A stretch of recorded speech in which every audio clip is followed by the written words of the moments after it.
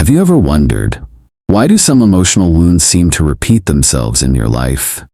Why do certain feelings, sadness, anger, regret, still linger, even after all these years? Do you ever feel like you're carrying something heavy, but can't quite name it? If you felt that way, you're not alone, and you're not wrong for feeling tired. Many people on the spiritual path often say, "I've forgiven, but why do I still feel weighed down? I've meditated for years, yet true peace still escapes me." Maybe the problem isn't how long you've practiced. Maybe it's that no one ever helped you truly understand karma. In today's video, I'd like to share a different kind of journey with you. Not a lecture, not complicated philosophy, but 10 simple truths that may forever change how you see karma. You'll stop seeing it as punishment and start living as someone who's transforming it, one breath at a time. I believe this is something especially important for those in the second half of life. The longer we live, the more we need to live lightly. The more we go through, the deeper we need to understand. Hello, my friend, and welcome back to Son.Mindfulness. This channel is dedicated to Buddhist wisdom, meditation, and emotional healing, for the soul that longs to come home to itself. If you're looking for peace from within, if you've traveled far enough to know the answers aren't out there, then you've found the right place. Son.Mindfulness is here for you to pause, exhale, and return to your center. If something here speaks to your heart, I warmly invite you to subscribe and stay with us on this journey. May you be healthy, peaceful, joyful, and may unexpected blessings find you again and again. Now, come with me into the heart of today's message. Don't look away. What your soul has been waiting for might just begin in the very first line. Part 1. The voice of the soul is the tool that dissolves karma. I want to invite you to sit quietly for a moment and imagine this. Have you ever said something softly from the depth of your heart and instantly felt something lighten in your chest? Not because your words changed the world outside, but because they awakened something inside of you. That is the voice of the soul speaking. You see, not every sound that comes from your throat carries power, but when a word rises from the deepest place in your being, from the quiet center of your spine, where your past and unspoken sorrows dwell, then that word becomes more than speech. It becomes a vibration of transformation. It's not just language, it's energy, shifting form. I once met an elderly woman well into her 70s. She had lived with quiet regret for a mistake made in her youth. For decades, she couldn't forgive herself. She believed she had to carry that karma until the end of her days. But one day, after many years of meditation, she whispered a simple phrase to herself. "I understand now, and I choose to let go." That one moment changed everything. She no longer saw herself as someone who had failed. She began to live differently, more gently, more freely. Have you ever felt something like that? A word that didn't need to be heard by anyone else, but when spoken from the heart, changed something deep inside you? You see, dissolving karma isn't a battle. It's not about overpowering or defeating anything. Sometimes karma just needs to be understood.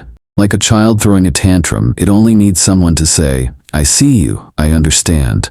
And suddenly, it softens. When your soul speaks in the vibration of awareness, when the words come from sincerity and presence, then karma loses its old shape. It no longer needs to be driven out.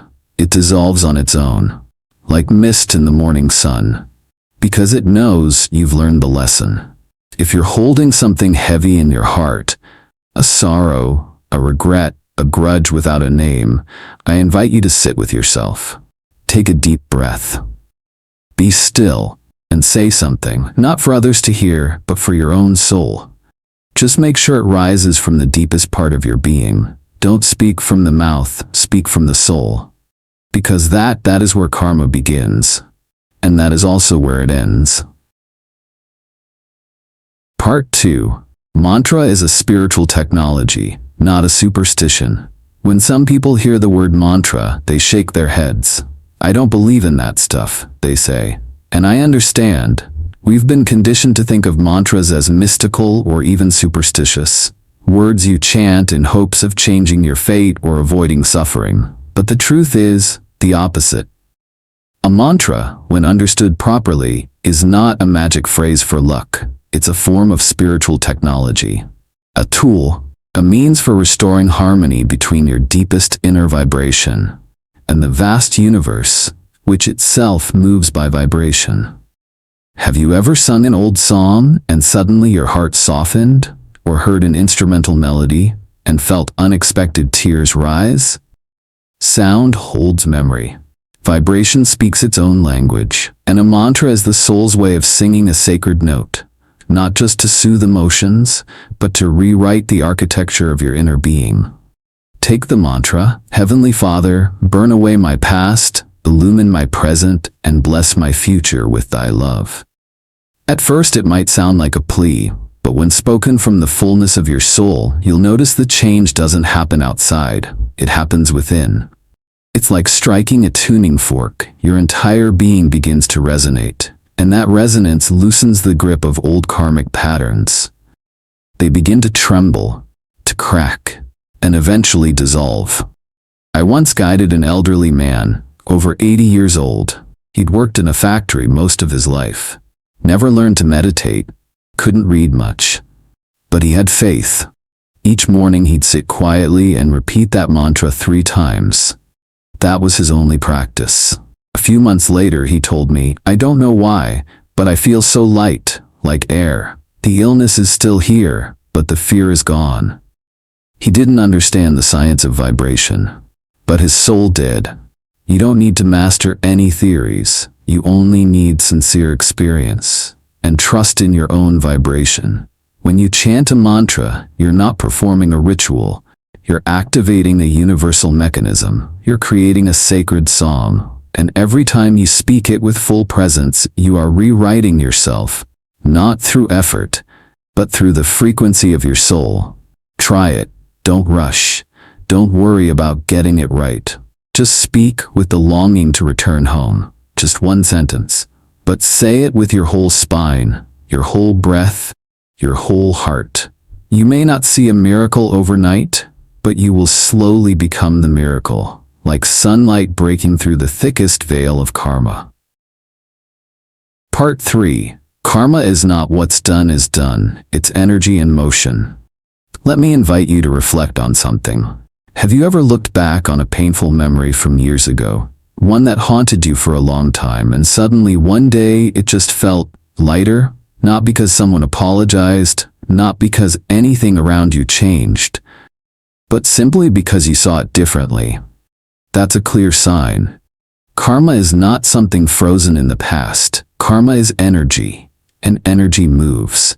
In many cultures, people talk about paying karma as if it's punishment, as if you did something wrong and now must suffer to make it right. But karma doesn't come to punish you. It comes as a vibration not yet understood, not yet processed, not yet released. Karma is not a sentence handed down. It's more like a dissonant note in a song waiting to be tuned back into harmony. And sometimes it takes just one action, but it must come from sincere, deep awareness to release years, even lifetimes, of tension. I remember a man in his early 60s. For 20 years he couldn't forgive himself. He had missed out on being there for his daughter when she was young. That guilt sat on his chest like a heavy stone. One day, during a quiet meditation, he didn't ask for forgiveness. He simply whispered inside, I didn't know then, but now I understand. From that day on, he no longer saw himself as a bad father. He started writing letters. He spent time with his granddaughter. He did things he once thought he didn't deserve to do. And it wasn't time that freed him. It was that single shift in consciousness. You see, karma isn't rigid. It's a flowing current. If you stay still in fear, karma presses on you. But if you step forward with compassion and clarity, you can redirect the flow. Every time you choose awareness over reaction, forgiveness over blame, love over withdrawal, you're retuning the vibration of karma. What once felt like a chain now becomes a stepping stone. So please don't say, "It's too late for me." There is no such thing as too late. While you are still breathing, still learning, still willing. Karma isn't a full stop. It's a question waiting for your new response. And you, dear friend, you have the right to write that answer, starting today. Part 4. Conscious breathing is the airplane route to God. Dear friend, we all know what breathing is. We've done it since the moment we were born and will continue until the day we leave this world. But how often do we truly know that we are breathing? I often tell older practitioners this simple truth. Your breath was the first thing you received when you entered life, and it will be the last thing you give back when you leave. And yet, few realize that breath is the bridge between body and soul. If you step onto that bridge with awareness, you'll find yourself walking directly toward the divine. In the ancient tradition of Kriya Yoga, passed down by wise masters, breath is considered a direct flight back to your source. No rituals needed, no complex dogma, just the simple act of watching your breath, mindfully. And in doing so, you're performing something miraculous. You're calling back all the energy scattered by worry, regret, or longing, and bringing it home to your spiritual spine, known as the Sushumna. Did you know the spine is more than just a physical structure? In spiritual wisdom, it's the main axis of your energetic body. It holds your deepest imprints, even unresolved karmas. Every emotion you suppress, every fear you never acknowledge, leaves a mark there. A practitioner once asked me, "Teacher, how do I know what karma is truly mine and what's just someone else's?" I told him, "Sit down, stop searching, just breathe, consciously. You'll start to see what truly belongs to you and what is merely an echo." I want to invite you to try something. Tomorrow morning, before you check your phone, before your first sip of coffee, sit quietly for 3 minutes. Place your hand over your heart. Inhale gently. Know that you are inhaling. Exhale slowly. Know that you are exhaling. No need to force it, no need to control it. Just be aware. That is mindfulness. And in those 3 minutes, if you stay fully present, even without reciting a single mantra, even without opening a scripture, you are already entering a field of light, where karma begins to melt. Because karma does not dissolve through effort, it dissolves through presence. Your breath is the doorway back to now. And in that now, God has always been waiting, in silent stillness. And when you return to that space, karma doesn't need to be broken, it simply becomes unnecessary. Part 5. The sign that karma is dissolving is not a crisis, but peace. Dear friend, someone once asked me, "Teacher, if I've truly released my karma, will I know it?" I smiled and said, "You won't know it with noise, you'll simply feel it." When karma dissolves, it doesn't come with fireworks or cinematic moments. It vanishes like mist at sunrise. No one notices the exact second, but suddenly the sky is clear. I once had a student, a man who every time he spoke of his father, his face would turn red with rage. He had carried that resentment for over 40 years, believing his father abandoned him as a child. I didn't give him any lofty teachings. I simply told him, keep sitting, keep breathing with your mantra. Don't try to forgive. Just be present with yourself. Nearly a year later, he called me. His voice was light as a breeze. He said, "I don't know when it happened, but now, when I think of my father, I feel more compassion than anger. And I don't need to say I forgive him. I just no longer get pulled into the story. Do you see? No dramatic event took place. No miracle. But something did dissolve quietly, his attachment to the old pain. Maybe you felt it too. Waking up one morning feeling lighter, even though nothing outside has changed. The person who once hurt you may still be the same, but their memory no longer pulls at your heart the way it used to. You don't forget what happened, but you're no longer acting in that role. And that, more than anything, is a sign that karma is unraveling. I want to gently warn you, don't chase signs of karmic release like hunting for buried treasure. Instead, pay attention to the most ordinary shifts, your breath slowing down, your sleep becoming deeper, your judgment softening, your eyes seeing others with just a little more warmth. These small things are the first cracks in the heavy stone of karma, and if today, even just a little, you feel more peace than yesterday, then let me tell you this, karma is dissolving, quietly, gently, but surely. Part 6. You didn't come here to suffer karma. You came to learn through it. I once heard an elderly woman say through tears, I must have created terrible karma in a past life because this life is just too painful, teacher. I gently held her hand and said, slowly, you did not come here to be punished. You came here to learn, to remember who you really are. You see, many of us carry a quiet question in our hearts. Why do I have to go through this? Maybe it's an unexplainable loss, a repeated wound, or a loved one who's hurt you for what feels like a lifetime. And when we can't find an answer, we default to the only thing we can grasp. It must be karma, and I must endure it. But if you look a little deeper, you'll see something very different. Our souls don't arrive here as blank slates. Before entering this life, we chose the lessons we needed to learn, like a student enrolling in the class that best fits their spiritual level. No one forced you to suffer. You chose that particular setting, that family, that heartbreak, not to endure it, but to rediscover the light within you, the light that got buried under layers of conditioning, fear, and forgetfulness. Someone might say, I didn't choose to be betrayed. But look closer. What did you learn through that wound? Did you learn to trust your intuition? To love yourself more deeply? To walk away from what no longer nourished you? If not for that fall, would you have ever woken up? I once met a man during a meditation retreat who had lost everything after turning 60. He looked at me, his eyes calm, as if he had just passed through a storm and found the sky again. He said, you know, teacher, I used to live by my ego. Now, I live by truth. Loss didn't take away the most precious part of him. It brought him back to it. You weren't born to carry karma. You were born to transform it into wisdom, compassion, and stillness. Each pain is a classroom, and once you've walked through it, you're no longer the same. You're lighter, deeper, and closer to who you truly are. So don't ask, why me? Try asking, what is this trying to teach me, to bring me back to my inner light? And then you'll see, you were never trapped in karma. You were always walking through it, like a wise student, becoming fully, beautifully yourself.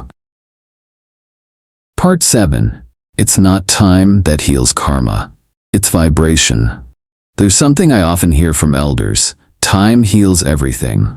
And I usually respond gently, I truly hope that's true. But when it comes to karma, time is not enough. Have you ever noticed this? Some people are in their 70s, yet still carry wounds from when they were teenagers. A hurtful comment from their mother, a betrayal by an old friend, an injustice they still can't accept. The hair has gone gray. Life has changed. But inside, the pain remains untouched. Why? Because karma doesn't live in memory. It lives in the vibration of the body-mind. And time by itself only makes us older. It doesn't change the frequency of our inner world unless we become conscious. I once guided a woman in her mid-60s. She had lived a kind and gentle life, always giving, always enduring. But deep down she carried a heaviness, a quiet sadness that had no clear source. After just 2 months of simple practice, 15 minutes of mindful breathing and repeating a heart mantra each morning, she told me, I feel like I'm no longer living inside the old story. There was no magic trick, no miracle. The only thing that changed was her vibration. And when vibration shifts, karma begins to shift too. You can spend a lifetime not truly living, Or in just a few months, a few moments, a few sacred breaths, you can begin to live again, this time with a higher, purer energy. So please don't place all your hope in time. Time will pass regardless, but you are the one who decides whether that passing time becomes healing or not.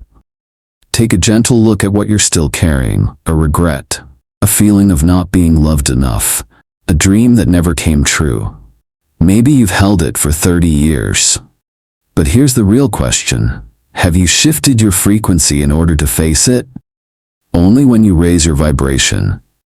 Through meditation, through mindfulness, through gratitude, through a mantra whispered from the heart, does that old hardened pain begin to soften, dissolve, lighten.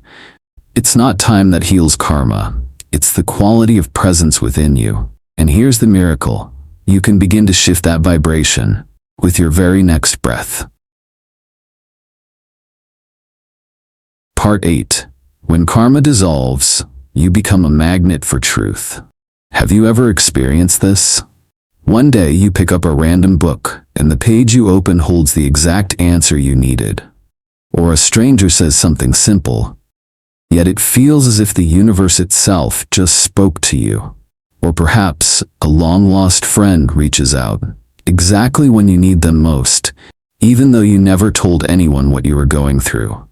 Many call these coincidences. But as spiritual seekers, we know this is resonance. When karma begins to dissolve, it's not just your heart that feels lighter. You begin to attract new frequencies. In simple terms, you become a living magnet, not to pull things towards you, but to resonate with truth. And the truth, as you may have noticed, always has a way of arriving, right on time, right where it's needed. I once met an elderly man in his 70s. He had lived alone since his wife passed. One evening during meditation, he whispered in his heart, "I don't want to live like someone waiting to die. I want to live illuminated." The next day, his neighbor knocked on his door, inviting him to a senior meditation class, started by her daughter. He laughed when he told me, "I didn't go looking. Life answered me." You see, when karma is still thick, the mind feels heavy, and we emit a distorted signal. The universe may hear, but cannot align with it, because our vibration doesn't match. But as you begin to purify your heart, through meditation, through mantra, through acts of compassion, you no longer chase truth. You become the one whom truth naturally finds. A timely word. A teacher appearing. An opportunity unfolding the moment you let go of the need to control. These are not random. They are signs that karma has stepped aside, and the light has begun to lead. You don't need to know that karma has dissolved with your mind. Just look around. If what comes to you now arrives with ease, grace, and perfect timing, you may already be living in a new current, a new field. You are no longer chasing life. You are magnetizing what's aligned with your soul. And this isn't because you're special. It's because you've begun to live in harmony with your true nature, stillness, clarity, compassion. Part 9. A mantra doesn't erase karma like a broom. It awakens you to remember. Many people, when beginning their spiritual journey, often ask me, "Teacher, how many times do I need to chant this mantra for my karma to dissolve?" I never answer right away. Instead, I gently ask, "Are you chanting to clear karma or to come home?" You see, a mantra is not a technical tool for fixing karma. It's not like scraping tartar off your teeth or sweeping old memories out of the mind. A mantra doesn't erase karma. Rather, it awakens you from the sleep of forgetting who you are. Karma clings only to those who still believe they are their small self, the one who suffered, the one with a past. But when you chant a mantra not with the mouth but with the soul, you're no longer the one carrying karma. You become the one witnessing it. And from that place, you don't have to fight anything anymore. You simply step out of it. I once guided a woman in her midlife, overwhelmed by grief from a broken marriage. She carried shame and blame like a second skin. She asked me, "I've meditated, I've chanted, But why don't I feel peace yet? I asked. When you chant, who are you in your heart? The abandoned one? Or the soul returning to the light? She was quiet for a long time. The next day when she returned, her face wasn't tear-streaked anymore. She said, I don't know what changed, but for the first time when I chanted, I didn't feel like a victim. That is the turning point. It's not the mantra itself that did it. It's the remembrance of her true nature while chanting that became the medicine. You don't need anyone to clear your karma for you. No teacher can do that. No ritual is strong enough. But if you surrender your entire soul, fully, without condition, to the divine within, then there's no need to break free from karma. Because when light is turned on, darkness disappears naturally. When you remember that you are the light, karma no longer has a place to stick, and you don't need anyone to declare you cleared. The calm in your heart, the nameless stillness within, that is the most sacred confirmation. Because you've stepped out of the loop, not by fighting it, but simply by no longer believing that it is you. Part 10. From Victim to True Creator. There comes a turning point on the spiritual path, a step that no one else can take for you. It's when you stop asking, why am I suffering through this, and begin to ask, what can I create from this very experience? This is not toxic positivity. It's not about pretending to be cheerful while in pain. It's a real transformation in the way you show up in life. You no longer see yourself as the victim of karma. You see yourself as the one continuing the soul's journey with each conscious choice you make. Many people live their whole lives from the mindset of the wounded, the wronged, the ones who are pushed around by fate. But when your practice deepens, something becomes clear. You are no longer the bearer of karma. You become the creator of new karma, through love, through wisdom, through a powerful inner stillness. I once met a woman in her 60s whose life story could make anyone weep. She lost her child, was betrayed by her husband, and lived in solitude for many years. But during a meditation retreat, she said something that caught in my throat. I no longer ask why those things happened to me. Now, I just want to use the rest of my life to plant something gentle for others. I looked at her and saw it clearly. She had stepped out of the role of the victim, not by forcing herself to be strong, but by awakening from within. From that moment on, every step she took was the empowered movement of a soul, consciously creating new karma, the kind woven from love and awakening. My dear friend, we didn't come into this life just to endure it and call it done. We came here to reweave the path with our own hands. Every time you choose gentleness over irritation, every time you choose to listen instead of react, every time you choose to see someone clearly instead of judging them, you are creating a new karmic thread. No longer stuck in cycles, no longer moving unconsciously, but karma that knows it's being created. You don't need to do anything grand. Just be fully present in each moment. Because in every breath, you are no longer a product of the past. You are a seed of the future. And that future now rests gently in your hands, like a skilled weaver, crafting a new robe for your soul, from light, from compassion, from freedom. Conclusion. If you've stayed with me until now, there's something simple I want to say to you. Thank you. Truly. You've just taken a journey, not with your feet, but with your soul. A quiet journey, yet deeply moving. Together, we've explored 10 profound truths about karma. Not to fear karma, but to understand it through the lens of light. Not to run away from pain, but to step into it, with awareness, with compassion, with the breath, and with the remembering of who we truly are. Did you notice? Each chapter was like a mirror, not just reflecting your past, but opening a doorway into your future. Maybe you once thought of karma as a chain, but now perhaps you can see it as the very thread main you can use to weave your path forward.